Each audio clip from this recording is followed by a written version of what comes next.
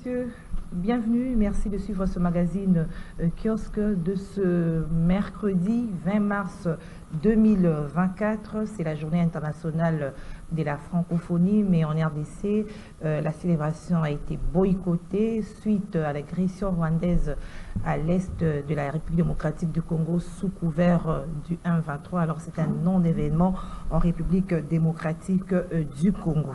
Avec nos invités ce matin, nous allons analyser l'actualité du jour. Tout d'abord, le journaliste Stanis Boujakira a quitté la prison depuis hier à 22h. Nous allons parler avec nos invités. Le dernier hommage de Chérubin Okende, l'ancien ministre de Transport qui sera mis en terre aujourd'hui.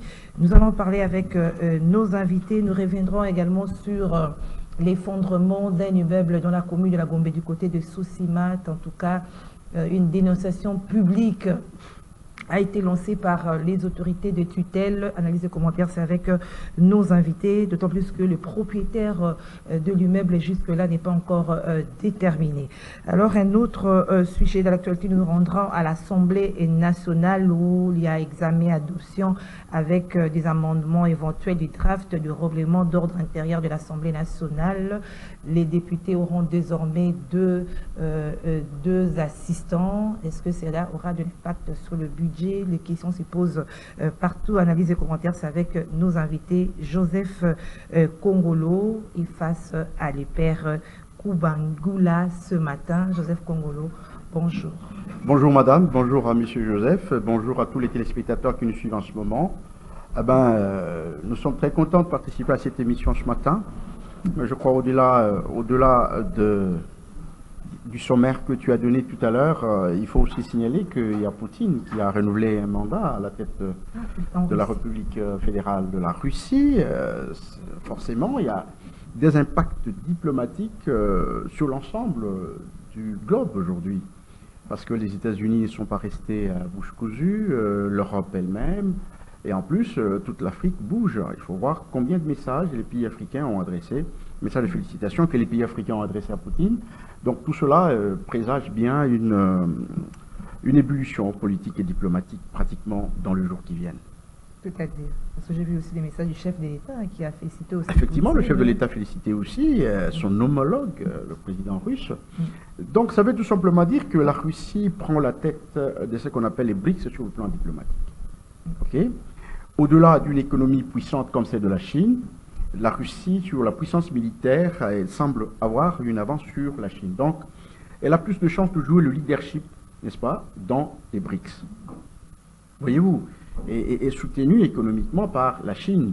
Vous comprenez que c'est un duo au-delà de l'Iran, au-delà de l'Indonésie, au-delà du Brésil, de l'Afrique du Sud et bien d'autres États. Forcément, vous sentez qu'il y a des économies émergentes, n'est-ce pas, qui se mettent ensemble face à des économies qui sont écroulantes pratiquement de l'Occident, une population écroulante, une vieille population, une économie descendante. Et devant ce duel, forcément, nous, République démocratique du Congo, nous sommes une carte maîtresse. Il faudrait être avec le Congo pour prétendre prendre la prépondérance sur les autres États. Ok, et surtout que l'opinion congolaise aime que nous puissions tourner nos regards vers la Russie. C'est par la force de choses que nous allons prendre une position. Nous ne sommes pas pressés de vite prendre une position. Je pense que le Congo, c'est, comme je l'ai dit, un pays très sensible sur le plan diplomatique. Nous ne pouvons pas agir comme j'entends des gens dire le président Burkina Faso. Non, Burkina Faso ne peut pas être comparé à la République démocratique du Congo. Nous sommes au centre des enjeux du monde aujourd'hui. Nous ne sommes pas le Burkina Faso. Donc laisser le président Burkina Faso dire ce qu'ils veulent, c'est bien. Nous apprécions, c'est un Africain, un africaniste. Mais nous sommes un pays sensible. Nous ne sommes pas pressés de prendre vite position, mais la force de choses va nous amener là où nous devons être. Voilà. En temps opportun. Voilà. Merci Joseph Kongolo. Les pères Kubangila, bonjour à vous. Bonjour Madame Gisèle, bonjour à Monsieur Joseph. Merci de l'invitation et surtout de la considération faite à ma modeste personne. Peut-être moi je vais abonder d'une autre manière que Monsieur Joseph. Moi je vais plus parler de l'arrêt de la Cour constitutionnelle, un arrêt aujourd'hui qui suscite beaucoup de discussions parce qu'en réalité, ceux qui ont été invalidés, ce sont les vrais élus contrairement à ceux qu'on a placés. Là, je parle de l'honorable Kennedy Katassi, l'élu de la Lukunga, et remplacé par M. Van Walesa, le fils Walesa, qui n'a obtenu que 300 voix à la Lukunga. M. Katassi, qui a obtenu près de 4485 voix, s'est vu invalidé au détriment de M. Van Walesa. Nous demandons, c'est par quelle magie? La liste de M.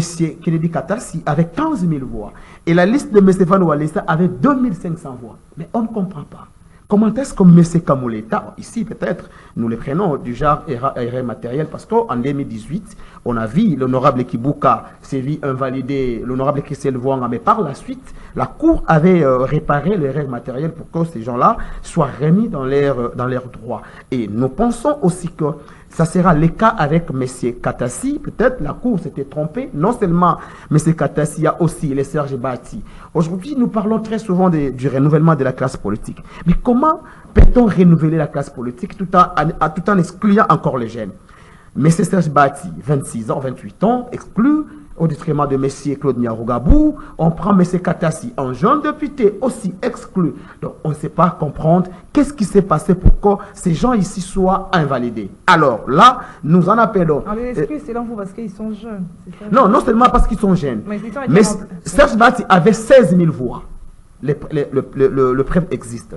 M. Kennedy Katassi avait 4 485 voix. M. Van Walesa a 300 voix. Mais Madame Gisèle, allez-y comprendre. Comment quelqu'un qui a obtenu 4485 voix peut être remplacé par celui qui a obtenu 300 voix? Non. C'est l'autre information à ma possession. M. Walesa Serré, le président d'une organisation des pasteurs que M. Kamoleta fait partir, c'est pourquoi ils ont manœuvré pour qu'on remplace Kennedy Katassi par Van Walesa. Selon vos informations. Selon mes informations. C'est pourquoi ici ce matin, nous demandons à M. Kamoleta d'agir en tant que serviteur de Dieu. Moi, je suis pasteur. Les pasteurs sont là pour la paix et non pour la division, moins encore pour des histoires qui ne rendent pas gloire au Seigneur. Je demande au président Kamoleta, pasteur qu'il est, pasteur de son État, devant ses fidèles, est-ce que peut-il accepter une telle injustice? La réponse c'est non. C'est pourquoi nous demandons à ce que cette erreur matérielle soit le plus vite réparée. Voilà. Merci, Monsieur le Père Koubangila. Alors nous prenons notre premier sujet. C'est la libération du journaliste. Hein. Il a été libéré, il a passé les 6 mois de peine, ça a été purgé. Quelle est votre réaction par rapport à sa libération? Bien, merci. Mes respects, monsieur le pasteur. Je pense que les arguments que nous avançons doivent tenir compte du principe et du régime électoral que nous avions adopté. Parce que si vous êtes dans la logique simple, 4 000, 16 000, ça va être difficile de faire une appréciation correcte sur une logique politique. Nous avons adopté dans le régime électoral que nous avions choisi dans la loi électorale, une autre logique qui n'est pas la logique comme vous le faites. Ce n'est pas le fait d'avoir 16 000 voix forcément qu'on passe. Ce n'est pas le fait d'avoir 4 000 voix qu'on passe. Mais par contre, il faut suivre ce qui a été dit. Est-ce qu'ils ont atteint le seuil? C'est un exemple. Deuxièmement, quel est le contenu de la liste?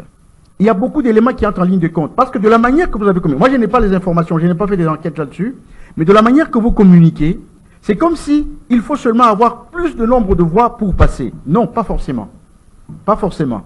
J'aimerais que quand tu fais une telle intervention, que tu donnes les susceptibilités de la loi électorale, de la manière que cela est décliné dans la loi, pour que les gens comprennent. On peut avoir 15 000 voix, échouer, et celui qui a 4 000, il passe. C'est ça la logique de la loi électorale dans certaines circonstances. Voyez-vous? Vous prenez par exemple toute une équipe. Vous prenez la dame qui est ministre, par exemple, du portefeuille. Voyez-vous? Elle avait beaucoup de voix, mais elle n'a pas atteint le seuil. Ce n'est pas parce qu'elle a beaucoup de voix qu'elle devait passer parce qu'elle n'a pas atteint le seuil. Vous voyez, il y a des préalables. Donc il y a une logique qui n'est pas une logique normale. Ce n'est pas une autre logique de tous les jours. Donc il y a une logique dans la loi électorale. J'aimerais que vous alliez plus loin. Je ne conteste pas ce que vous dites.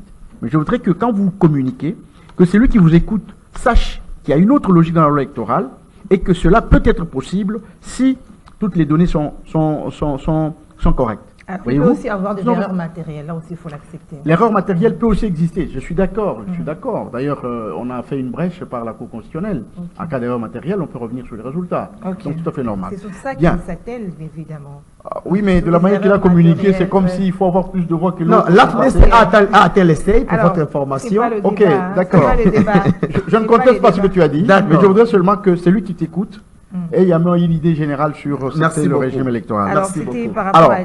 Bien, voilà, Boudiakira est sorti. Je pense que vous êtes soulagés. Vous les journalistes, vous êtes soulagés finalement. Mais je voudrais dire tout de suite que d'abord il a été condamné. Ok? Dans le casier judiciaire, Boudiakira a été condamné, c'est-à-dire qu'il a été coupable, n'est-ce pas, d'une infraction. Et il a consommé sa punition. Ok? Donc dans son casier judiciaire, il y a eu une condamnation. Il a été condamné pas parce qu'il est journaliste, parce que c'est un faussaire. Il a fait des embranchements frauduleux sur un texte qui était très sensible qu'il rejette. avant les élections. Ces accusations sont rejetées. Madame, par moi je la n'ai pas fait les défense, enquêtes. par lui-même, S'il vous plaît, madame, moi je n'ai pas fait les enquêtes. Ceux qui l'ont arrêté ne sont pas de petits-enfants. Boudiakira ne représente aucun enjeu politique pour le régime. Aucun. Il ne gêne personne en politique. Si on l'a arrêté, sûrement que ceux qui l'ont arrêté. Moi, je n'ai pas fait des enquêtes sur l'arrestation de Boudiakira. Mais je suis très sûr que ces gens-là, adultes qui sont, ils ne peuvent pas prendre Boudiakira et le mettre en prison pour rien. Sûrement que dans l'ordre, je pense, attention, dans l'ordinateur, on doit avoir trouvé les traces de la composition de ce texte. On ne peut pas ramasser quelqu'un comme ça, comme un journaliste comme ça, pour le mettre en prison. Je sais que quelque part, Boudiakira a commis la faute de vouloir truquer les informations sur le processus d'enquête qui était en cours. Et il a purgé sa peine.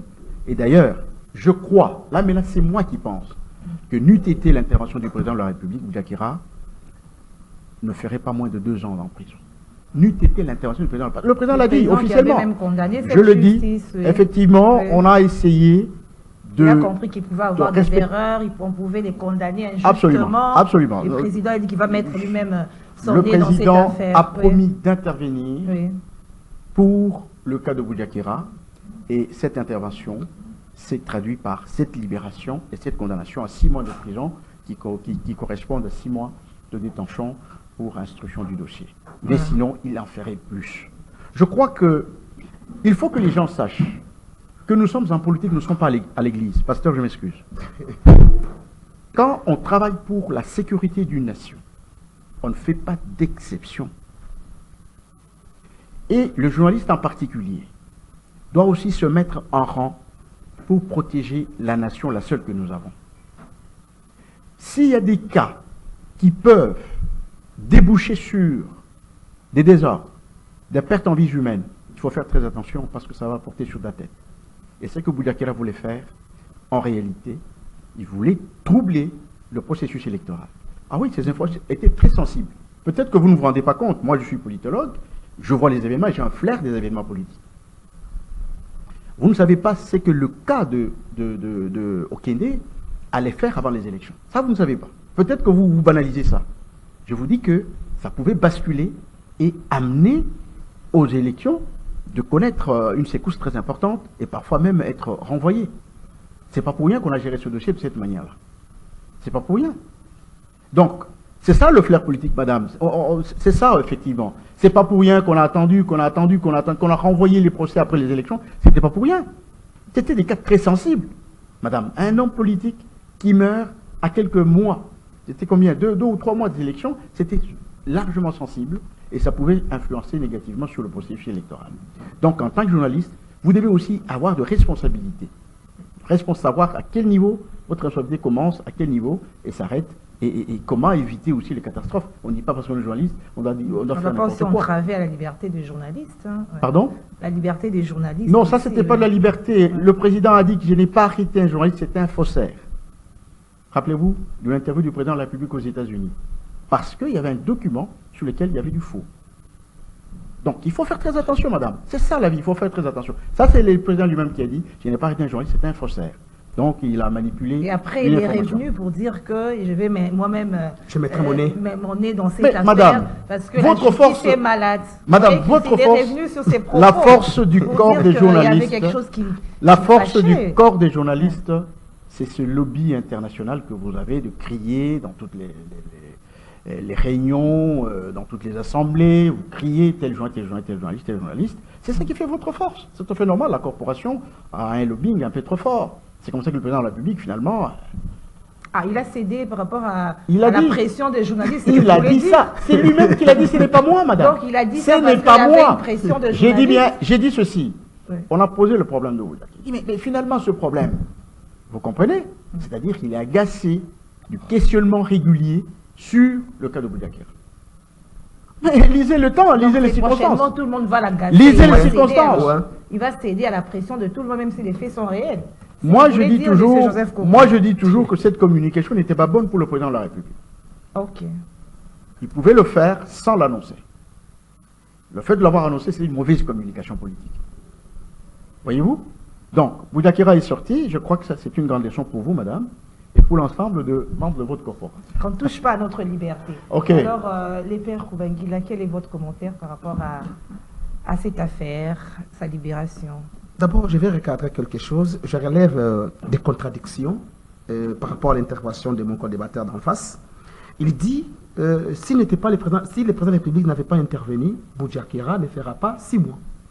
Donc, c'est-à-dire, ici, lorsque le président nous dit que la justice est malade, parce que la justice est sous son ingérence. Parce que c'est lui-même qui condamne la justice, et c'est lui-même aussi qui s'ingère aux affaires de la justice. Il dit, le président aux États-Unis d'Amérique a dit, je n'ai pas arrêté un journaliste, j'ai arrêté un forceur.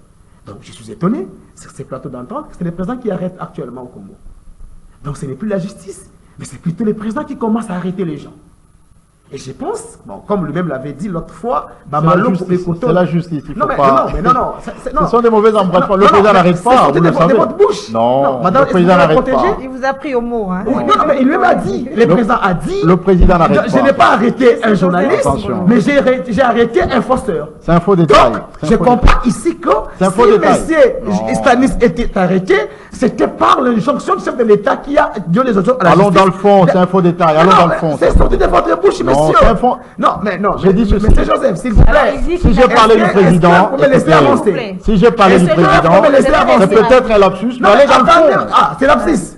Ça peut être un lapsus de Non, langage. vous l'avez- Est-ce que le président vous arrête? l'aviez dit à Est-ce que trois le reprises. président arrête? Vous l'aviez. S'il Mais vous non, plaît, s'il mais vous plaît. c'est sorti de votre bouche. Monsieur Bon, Joseph, écoutez, monsieur moi je le ne suis pas à ce père. niveau-là. Ce sont des Le petits père. lapsus qui arrivent. Ce n'est pas le président qui arrête. Le président n'est pas le pouvoir Il a dit judiciaire. qu'il n'a pas dit ça. Il n'a pas dit ça. Bon, non, je Il a l'ai dit, corrigé. mais sauf que c'est un lapsus. Un lapsus, Ok, c'est normal, ça arrive. Alors, Ça votre arrive. analyse. Ok. non, votre Donc, analyse. je comprends aussi. Votre analyse. Oui, je vais analyser. Je comprends aussi lorsque M. Joseph dit si le président n'avait pas intervenu, c'est aussi un lapsus. Parce qu'il a dit si M. Stanis a fait 6 mois parce que le président a intervenu. Donc là aussi, c'est un lapsus. Ça, je l'ai dit. Je le confirme. Donc, là, au moins, ce n'est pas un lapsus. S'il vous plaît, monsieur. Donc, vous confirmez aujourd'hui Ouais. que M. Tshisekedi, c'est bien lui qui s'ingère aux affaires de la justice et après, il sort pour dire que la justice est malade. Il a dit lui-même. Là, c'est grave. Donc, ici, c'est la monarchie. C'est ce que moi, j'appelle actuellement la monarchie tulomiste. Donc, tout est centralisé autour du chef de l'État. Plus grave encore, messieurs, madame Gisèle. Les mêmes faits sur lesquels on a arrêté M. Stanis Boudiakira, aujourd'hui, il y a un audio qui circule dans les réseaux sociaux de M. Modéron Simba. Alors, je ne sais pas, est-ce que la justice congolaise peut nous dire le contraire de ce que Stanis avait dit? Est-ce qu'aujourd'hui, les enquêtes du procureur près du parquet de la Cour de cassation doivent nous dire le contraire? Parce que lorsque Modéron Simba lui-même affirme les circonstances de la mort de Serbé Okende, contrairement à ce que les enquêtes nous ont révélé, donc ça prouve en suffisance, ce n'est pas sorti de la bouche de l'opposition, mais de l'union sacrée. Qui est Modéro Simba dans le Merci. dossier de Alors, justice? Modéron Simba, c'était... Non, Modéron Simba, c'était un député national. Oui. Modéron Simba, c'était l'ancien ministre du tourisme de votre En régime. justice, qu'est-ce Mais qu'il est? non, mais Qu'est-ce qu'il non, représente? S'il vous plaît, on c'est parle que Modéron nous a dit... Mais Modéro, c'est qui dans ce dossier? Alors, Non, s'il vous c'est un plaît. cas de l'union sacrée. Non, c'est comme toi. Tu Non, dis mais c'est sortir de la bouche d'un cas de l'union sacrée qui maîtrise les dossiers. dans un dossier de justice. Non, mais non, cher Monsieur Joseph, Joseph, je vais ça te voit à l'aise. Ça, c'est quel Alors, débat? je voulais dire mais quoi? c'est Donc, Madame continuez, Gisèle, oui, Madame Gisèle, j'aimerais dire ceci. Vous savez, on dit mentez, mentez, il n'en restera rien. Ce régime s'est habitué de nous tromper, de nous mentir matin, midi, soir. Mais Stanis Boudiakira a fait 6 mois vainement en prison. Donc, on l'avait arrêté sur un dossier bidon, sur un dossier vide, sur un dossier où l'on ne reprochait rien à lui. C'est de la même façon que M. Mike Mukebai est en train de croupir en prison illégalement. C'est de la même façon. Donc, ce qui est grave, hier, nous avons été dans le programme de M. Tshisekedi. Il avait dit, il ne va pas museler la presse. Mais aujourd'hui, c'est le contraire. Même vous, Madame Gisèle, si vous osez critiquer ce régime, demain, vous serez en prison. Mais vous le critiquez, vous n'êtes pas en prison. Non, vous êtes libre de les dire. Non, madame, vous pouvez me dire pourquoi M. Mike Mukebai est en prison aujourd'hui? Est-ce que Mukebai a dit des différents de ce que Kabouya a dit lors de sa matinée politique? Mais Mukebai est en prison, Kabouya circule un homme libre. Donc, ici, c'est-à-dire qu'en fait, M. Tshisekedi est en train de nous amener petit à petit vers une dictature qui ne dit pas son nom. Alors nous n'allons pas nous laisser faire. En réalité, la justice devait demander pardon à M. Stanis Boudiakera. Vous allez vous rappeler que le ministère public avait proposé 20 ans de prison. Par quelle magie? Du coup, 6 mois. C'est-à-dire, ils ont cédé, comme l'a dit M. Joseph, à la pression. Non seulement la pression de vous qui êtes journaliste, ses confrères et consorts, mais aussi de la côté internationale. Parce que nous avons vu à l'ambassade de France, je pense, les gens avec les offices de Stanis Boudiakera réclamant sa libération. Ici, mais c'est ce qu'il s'est vu contre par rapport aux allégations que de la justice avait fait sur la personne de Stanis Boudiakera. C'est pourquoi ils ont cédé à la pression. Vous avez entendu comme moi, M. Nicolas Razali, une fois, à l'affaire, je pense, Martin Bakolé, il avait dit « J'ai cédé à la pression médiatique ». Donc, c'est un régime qui cède à la pression médiatique. Lorsque le média réclame, c'est à ce moment-là qu'ils vont céder. Mais lorsque le média demandait à ce qu'on n'organise pas des élections, mais M. Kadima n'était pas prêt pour oser les élections, là, il ne veut pas céder. C'est 4 pouvoir, non? C'est pas pour rien qu'on dit que c'est 4 Non, oui, voilà, là, au moins, vous donnez raison. Alors, mais ici, il faudrait qu'on laisse l'appareil judiciaire fonctionner normalement. Qu'on enlève la main sur la justice et surtout qu'on n'intimide pas les journalistes. Le même Stanis Boudiakera a accompagné M. Tshisekedi en 2018. Nous l'avions vu partout avec M. Tshisekedi. Hier, lorsque M. Stanis critiquait Joseph Kabila, il était acclamé. Il était un bon journaliste. Il faisait bon son travail. Là, il n'était pas un forceur. Mais lorsque la même personne critique M. Tshisekedi aujourd'hui, il devient un forceur. Ça, c'est grave. Merci. Alors, on parle de l'effondrement de l'immeuble. À Soussimat, c'est dans la commune de la Gombe. Monsieur Joseph Kongolo, le propriétaire n'est pas encore identifié. Un immeuble qui atteint 6 niveaux. 8 niveaux. Et en plein centre-ville de la Gombe, le propriétaire non identifié. Comment est-ce que vous analysez cela? D'abord, madame, je reviens sur ce que le pasteur venait de dire tout à l'heure. Dans un débat de fond, un débat sérieux, il faut tourner autour du fond. Le fond de problème. Vous avez posé un problème, c'est vous qui avez la police du débat. Tournez au fond plutôt que de tourner autour du pot, c'est-à-dire dans la périphérie, des thèmes de périphérie, de ceci ou de cela. Et là alors, ceux qui nous suivent, là, ils attendent quelque chose de nous, un éclaircissement sur un problème donné, soit apprendre quelque chose de nouveau sur nos débats. Voyez-vous, c'est ça l'objectif.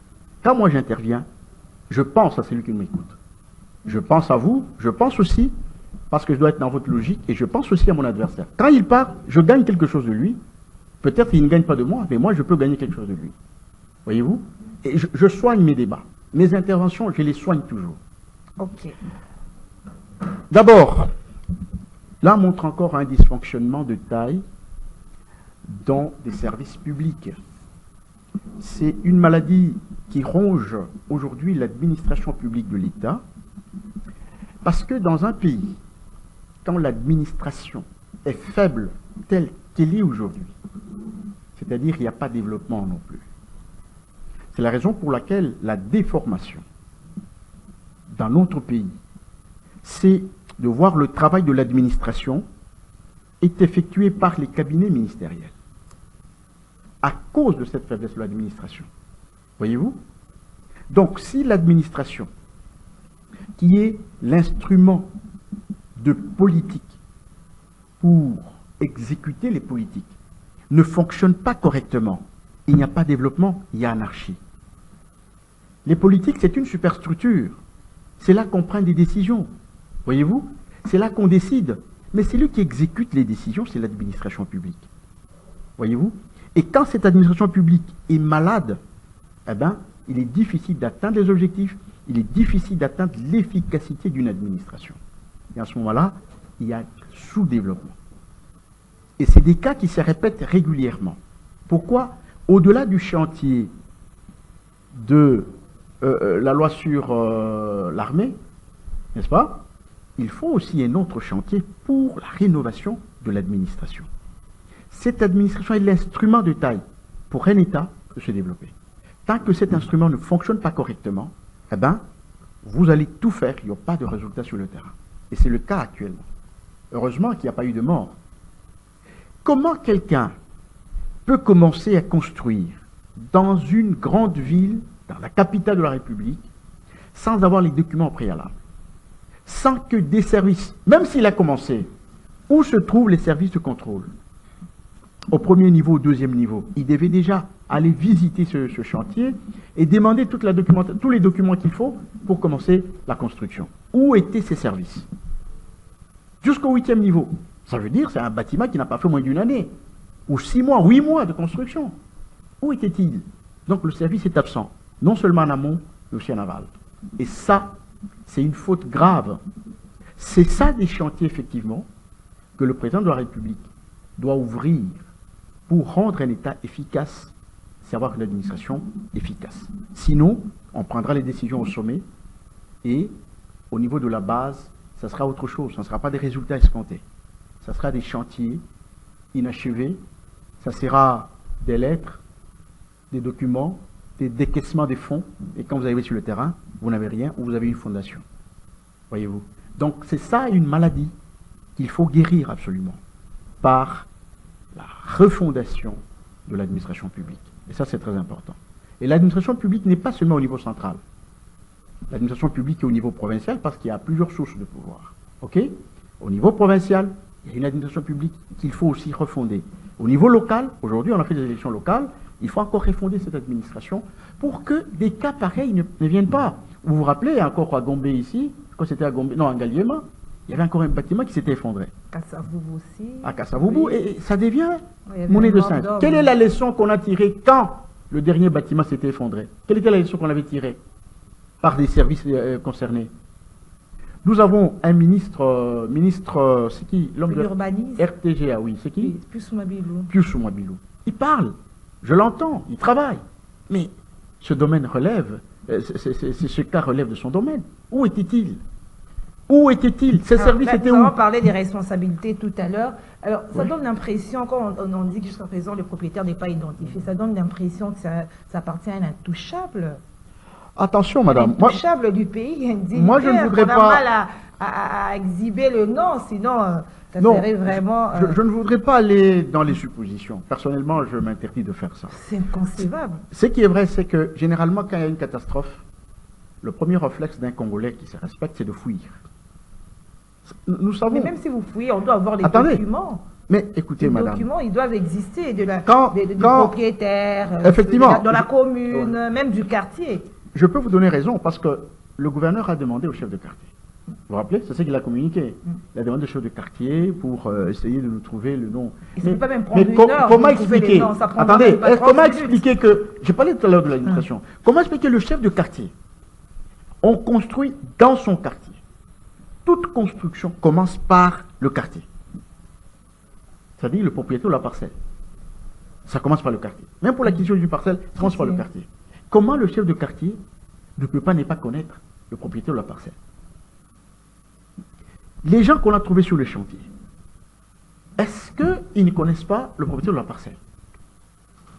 Donc, je veux tout simplement vous dire que nous n'avons pas d'administration. Inconcevable. Nous n'avons pas Alors, d'administration. les pères Koubangila, votre analyse par rapport à cette situation, le propriétaire n'est pas encore identifié. Et on demande au chef du quartier, ça a déjà pris combien de jours là, les chefs du quartier ne les retrouvent toujours pas. Comment il a osé planter cet immeuble-là sans s'être identifié? Madame, cette situation démontre combien le Congo est dans la rue. L'administration congolaise est dans la rue. C'est inconcevable. D'abord, avant de construire, il y a les permis de construction. qu'on obtient auprès du cadastre, ministère de l'urbanisme et consorts. Est-ce que ces messieurs avaient-ils obtenu le permis de construire, de bâtir? Je ne pense pas. Segundo, est-ce que M. Gentili Ngobila, c'est le chef du quartier, devait-il demander le nom des responsables? Parce que M. Gentili Ngobila a un ministère de l'urbanisme. M. Gentili Ngobila a des bourgmestres. Dans toutes les communes, il y a des services de l'urbanisme et habitat. Alors, M. Gentili, au lieu de demander au chef du quartier, qui est trop loin de Gentili Ngobila, il aurait dû commencer par son ministre de l'urbanisme et habitat provincial. Et ensuite par le bourgmestre qui est son collaborateur direct. Comment il peut demander à un chef de quartier? Madame, dans mon coin, à Matete, à des bonhommes, souvent je travaille avec les chefs de quartier, je vous jure, vous voyez toutes ces personnalités publiques, pour eux les chefs de quartier n'existaient pas. Il y a des immeubles, il y a des maisons qui se construisent dans nos quartiers où on ne passe même pas au quartier. C'est moi la tautologie. C'est-à-dire, pour lui, peut-être il est ministre, il est proche d'un général et consort, il vient, il commence à construire. Toi, les chefs de quartier, tu ne vas pas oser. Mais c'est maintenant à la responsabilité du gouvernement central et du gouvernement provincial. Comment ces messieurs construisent en pleine ville? Je ne pense pas que cet immeuble a commencé d'être construit hier, moins encore avant-hier. Pendant tous ces temps, ça l'a gombé. Les gens passent matin, midi, soir. 8 niveaux. 8 niveaux. Mais n'avait-il pas vu cet immeuble en construction? Ne pouvait-il pas demander à qui appartenait l'immeuble et qui construisait? C'est aussi ça le problème. Donc ça prouve que même toi et moi, nous sommes dans l'insécurité totale. Donc au Congo, tout le monde se permet de faire n'importe quoi. Et ça, c'est grave. Et direz-vous que le pays est géré? Non. Sous d'autres sièges, au moment où nous parlons, M. Pius Mouabil devait démissionner. Combien d'immeubles ont été s'est écoulés dans cette ville où Pius Mouabil garde toujours son poste? Il est déjà démissionnaire. Hein?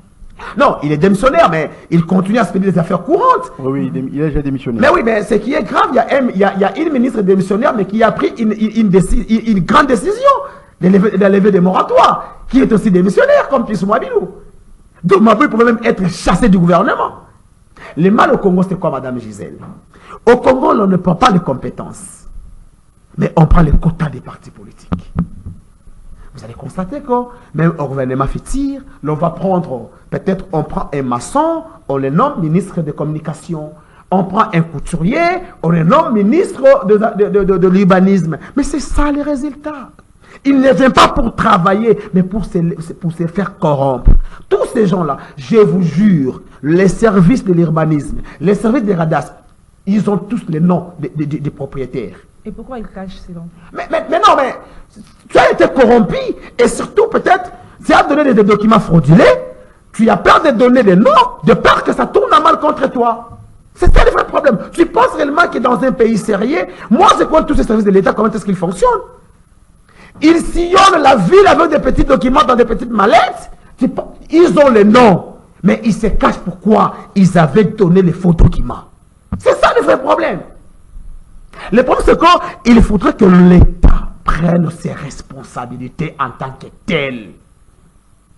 Et dis-moi, c'est quoi la suite? Parce que j'ai entendu M. Ngobila instruire à ce que l'immeuble soit détruit.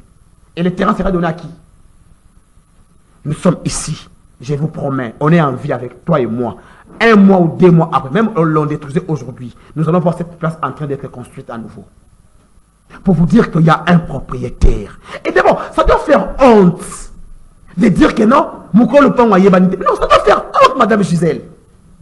Et il est à l'aise, il passe aux médias pour, je ne sais pas moi, des faits politiques. Non, les propriétaires jusqu'à là demeurent inconnus. Mais on est où là?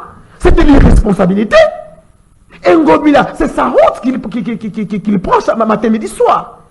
Lorsqu'il est passé, il voit les gens en train de construire. Qu'a-t-il fait?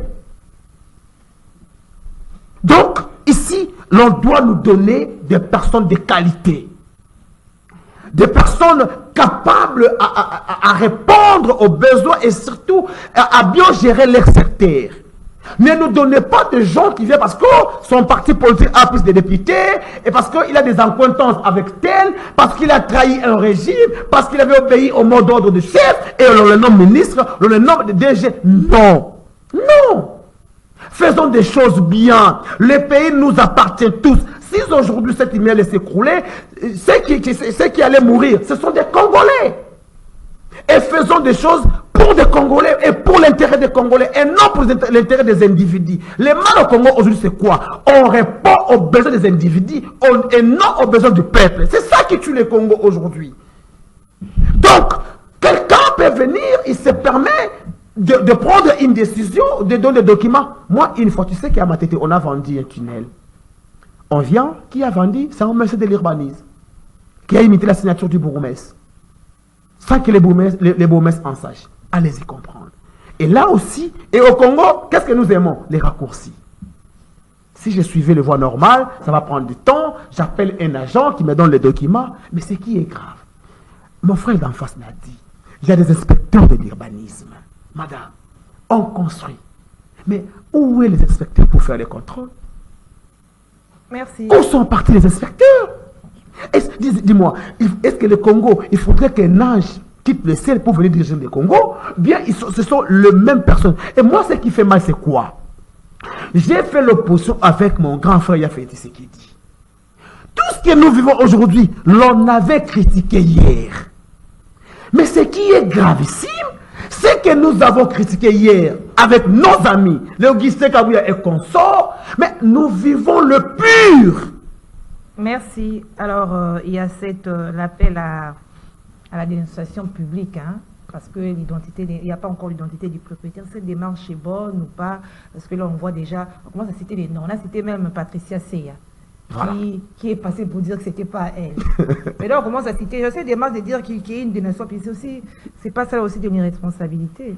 Madame, pour revenir sur ce que le pasteur a dit sur le dossier, nous disons ceci. L'administration publique s'est désintégrée depuis les années 90, pendant que Mobutu était encore là. Nous n'avions plus d'administration dans le sens propre du terme.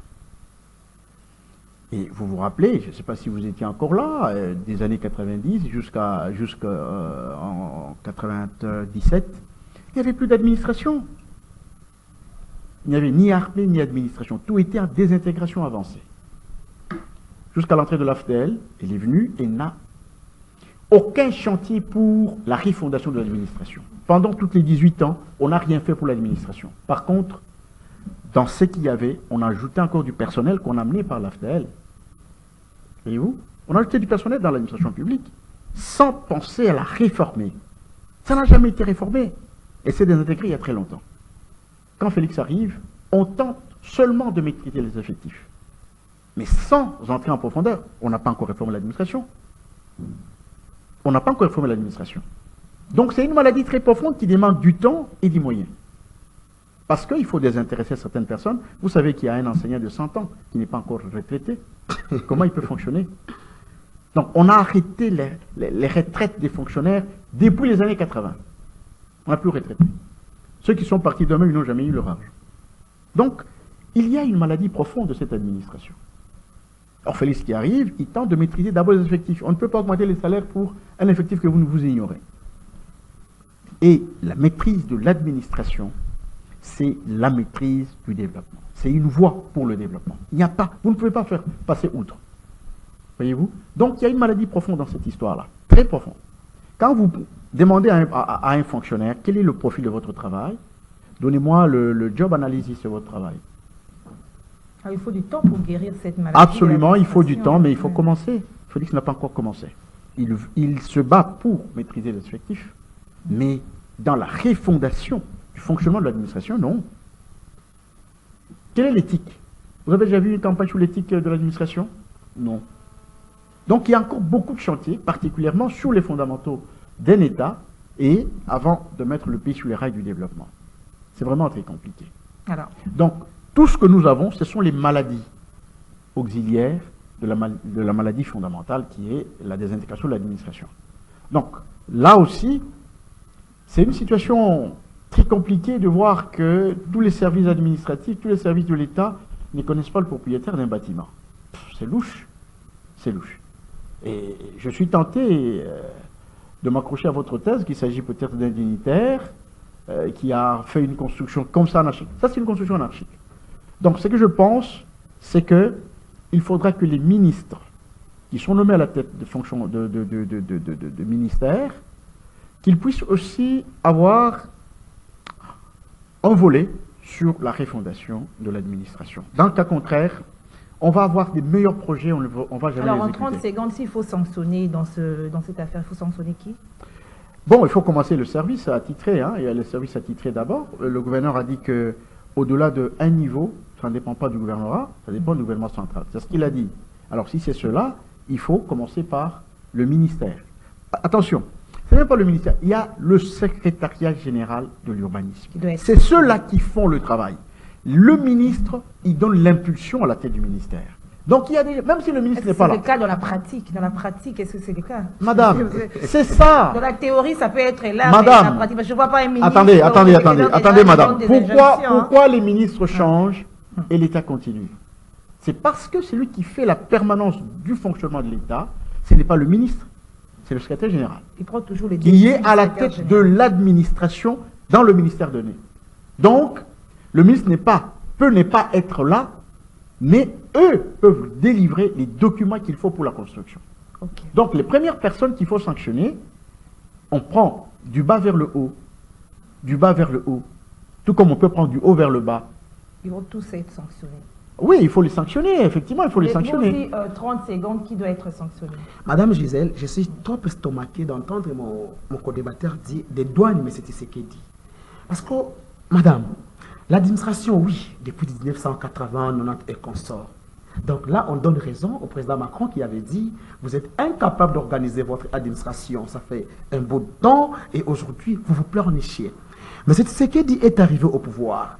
Est-ce que mon frère Joseph peut dire aux Congolais quels sont les efforts que le régime actuel est en train de mener pour que l'administration publique soit réformée? C'est aussi ça le problème. Parce que l'opposition est une alternative au pouvoir. Lorsque vous étiez en train de critiquer quelque chose, vous arrivez au pouvoir, vous devriez, n'est-ce pas, réformer et puis apporter une nouvelle touche. Mais nous avons comme l'impression que, je vais rappeler à M. Joseph, M. Tshisekedi reste avec 4 ans au sommet de l'État. C'est-à-dire, ce qu'il a trouvé, il va partir et les laissera. Donc, son passage au sommet de l'État était un passage à vide. Parce qu'il n'a rien fait, il n'y a aucune réforme apportée sur l'administration publique. Ça, c'est grave. Ça, c'est grave.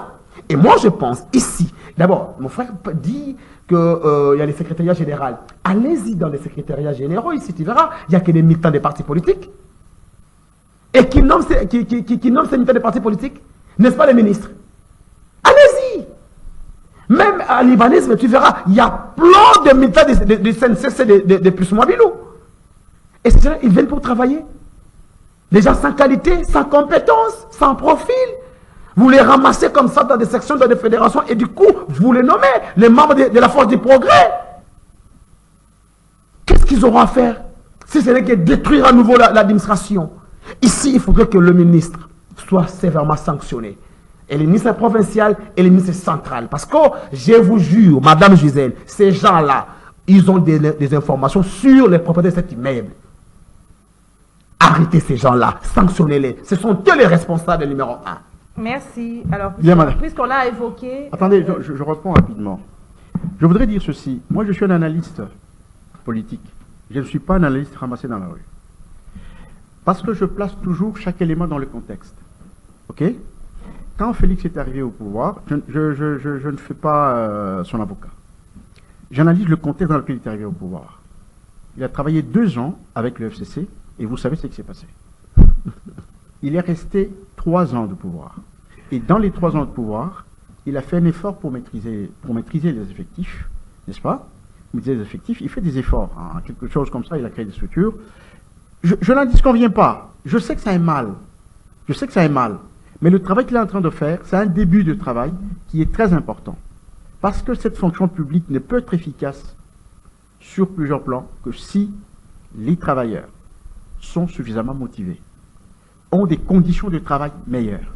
Et le travail a déjà commencé, il est en train de faire ça. Parce qu'il n'a eu que 2-3 ans, 2 ans et demi, 2 ans et demi tout simplement. Voyez-vous? Donc je ne suis pas là pour essayer d'aller à l'extrême dans les condamnations. Non, je présente les faits. Je présente les faits.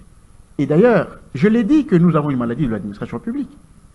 J'ai dit qu'il faut des moyens. Félix a trouvé un budget de 4 milliards, madame. 4 milliards, ce n'est même pas le fonctionnement de l'État. Le fonctionnement de l'État, aujourd'hui, c'est à 8 milliards. 4 milliards, vous allez faire quel investissement pour rénover l'administration? Il fallait chercher d'abord l'argent. Il en a cherché. Et aujourd'hui, il est sur le terrain pour faire ce travail. Donc, il ne faut pas faire des critiques. C'est vrai, je veux bien. Ça va aider Félix peut-être à se réveiller. Mais en réalité, il faut aussi savoir placer les choses dans leur contexte pour faire des bonnes critiques. Je ne refuse pas la critique, elle est bonne la critique. Mais il faut savoir se placer dans le contexte pour comprendre pourquoi ça. C'est comme ça que nous disons que c'est un chantier qui n'a pas encore été commencé, effectivement, mais il y a des efforts que Félix est en train de faire pour rénover, n'est-ce pas? Merci, M. Joseph Kongolo. Nous n'avons plus de temps, malheureusement, mais c'est juste les dernières secondes par rapport au sujet que nous avons abordé de l'Assemblée nationale. Ils auront deux assistants, chaque député, et les gens crient ce ne sera pas de trop le budget, ça ne peut pas jouer sur le budget alors que d'autres secteurs en cherchent de l'argent. Madame, pourquoi les gens ne pensent pas, ils croient que l'État c'est une entreprise ou l'État c'est une famille, chose comme ça. Non. Je crois, parce qu'il faut lire les motivations, n'est-ce pas, pour comprendre la quintessence de cette décision. Mais ce que je sais, c'est que dans des pays sérieux, chaque député a 2 assistants. Un assistant pour l'aider à faire le travail, un assistant sur son terrain, dans son fief, pour lui donner des informations, récolter les informations, n'est-ce pas, les structurer et lui communiquer. Ça va peser. Nous n'avons pas, madame, attendez, nous n'avons pas créé la roue. Mais je crois que si c'est dans l'idée de rendre efficace la production législative, j'insiste, si c'est dans l'idée de rendre efficace la production législative, je crois qu'il faut saluer ça de demain. Avec les évolutions qui sont encore déjà lourds comme ça. Qu'est-ce qui est lourd? 33 000, on parle. Oui, 33 000 $. Madame, moi je n'aime pas faire des affirmations quand je n'ai pas la bonne information. Qui serait? Nous disons ça au conditionnel. Alors, dans ce, la loi est déjà votée. S'il vous plaît, oui, moi je ne conviens pas. Moi je dis tant que... Parce que dans la loi, on n'écrit pas émolument de député 33 000. Non, ça ne se fait pas comme ça. D'accord? Mais par contre, il y a plusieurs rubriques dans ce qui s'appelle l'émolument. Il y a plusieurs rubriques. Voyez-vous? Donc, il y a la santé, il y a les missions, il y a ceci, ainsi de suite, et tout ça. Alors, quand le Congolais qui n'est pas suffisamment informé, il prend tout ça, il met sur la tête d'un député. J'ai dit ceci. Il faudra vérifier pour voir exactement ce que la loi sinon, la décision de 2 assistants, vous êtes d'accord avec ça, c'est ça? Oui, je suis complètement... J'ai dit ceci, si c'est dans l'objectif de rendre efficace la production législative, je suis complètement d'accord. En plus de ça, madame, qu'est-ce que vous voulez? Vous avez un pays où il y a plein de chômeurs, des diplômés d'université. Je crois que c'est le moment aussi de recadrer... d'autres secteurs alors? Quel secteur? D'autres secteurs qui touchent même pas les 1/10 de ce qu'ils perçoivent. Comment? Qui perçoivent? Merci. Qui? Les députés ou vous parlez des assistants? Les tout là. Non, ensemble. Madame, non. Alors, ne faites pas ça. Les pères.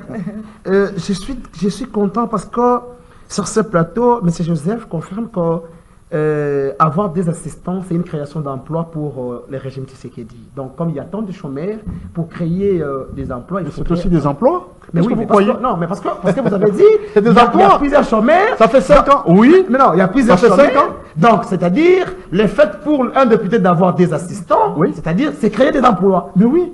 Donc, dans un pays des 100 millions de Congolais, oui. Des assistants, presque 1000, donc il y aura 1000 assistants. 1000 emplois. 1000 emplois. Oui, ça ne représente absolument rien. C'est pas dans plusieurs secteurs où on va créer des emplois. Monsieur Joseph, c'est dans plusieurs secteurs. J'aimerais vous dire, dans tous les secteurs de la vie, il y aura des assistants. Je n'ai pas dit ça. J'ai dit ceci. Dans le secteur législatif, écoutez, mon cher ami, dans le secteur législatif, j'ai dit ceci.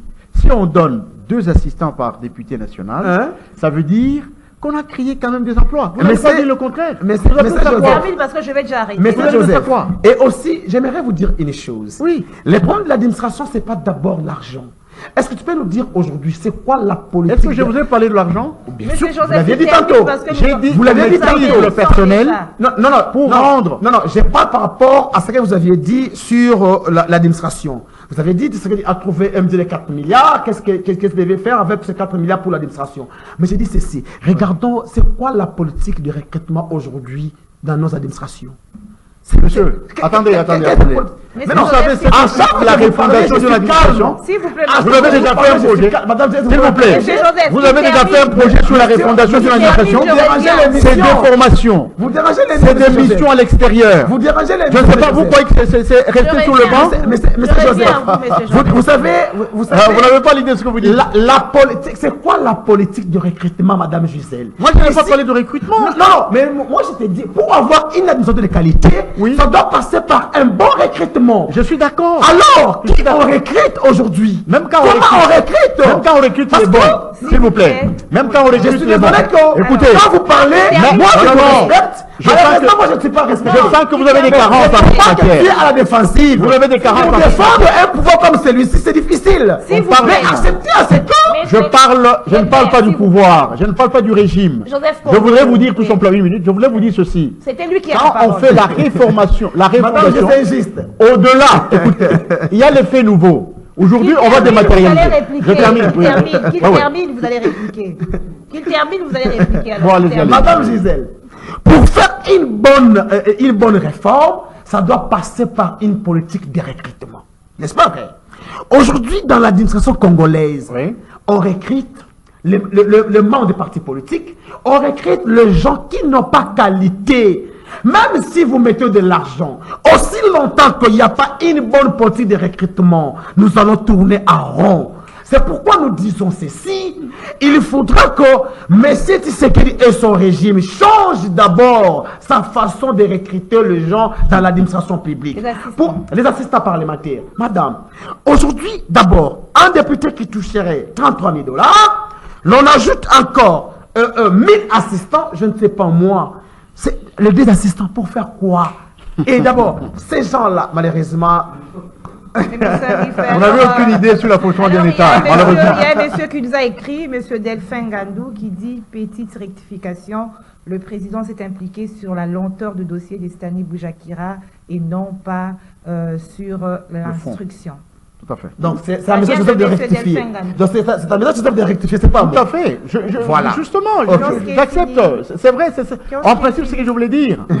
Parce qu'il a dit lui-même. Merci à vous. Merci, monsieur Joseph Congolo. Merci, madame. monsieur Deper Kouvanila. Merci beaucoup. Merci à vous, fidèles téléspectateurs et auditeurs du magazine Kiosque. Merci à Marité Egodo. Merci au coach Doudou Montiri, Moro Njambe, Alain Kabongo, Bruno Nzinga. Voilà, monsieur, je vous retrouve vendredi avec le même plaisir. Au revoir.